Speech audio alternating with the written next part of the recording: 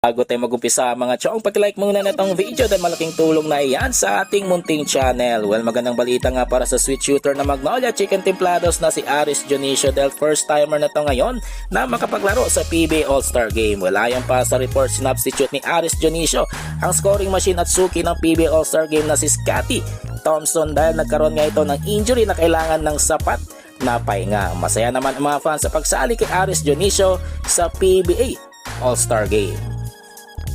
Ibang balita, punta naman tayo sa big man ng Blackwater Bossing na si Troy Rosario na tahimik patungkol sa lumalabas na spekulasyon na mapupunta siya sa SMC Group kapag naging isang unrestricted free agent pagkatapos nitong All-Filipino Conference. Well, ayon pa sa mga insiders, kapag ini-interview ito si Troy Rosario patungkol sa spekulasyon ay matipid nga ito at tila ayaw pa muna ipalam sa publiko ang kanyang totoong plano kapag isa na siyang unrestricted free agent. Well, panguli sa ating balita mga chong, patungkol naman kay Coach Aldin Ayon na Converge Fiber Xers na tinawag na sinungaling ng ilang PBA fans. Well, ayon pa sa ilang komento ng mga PBA fans ay halata na disappointed ang mga ito sa mga trades na isinagawa ng Converge at sa kasulukuyang performance ng kupunan na hanggang ngayon ay nasa pinakailalim ng PBA team standings. Kaya naman sinungaling raw itong si Coach Aldin Ayon dahil sa naging paliwanag neto na hindi nagtatangking ang kanyang kupunan ngayong season. Well mga chong, nandito na lang ang ating balitang PBA at syempre huwag kalimutan mag-subscribe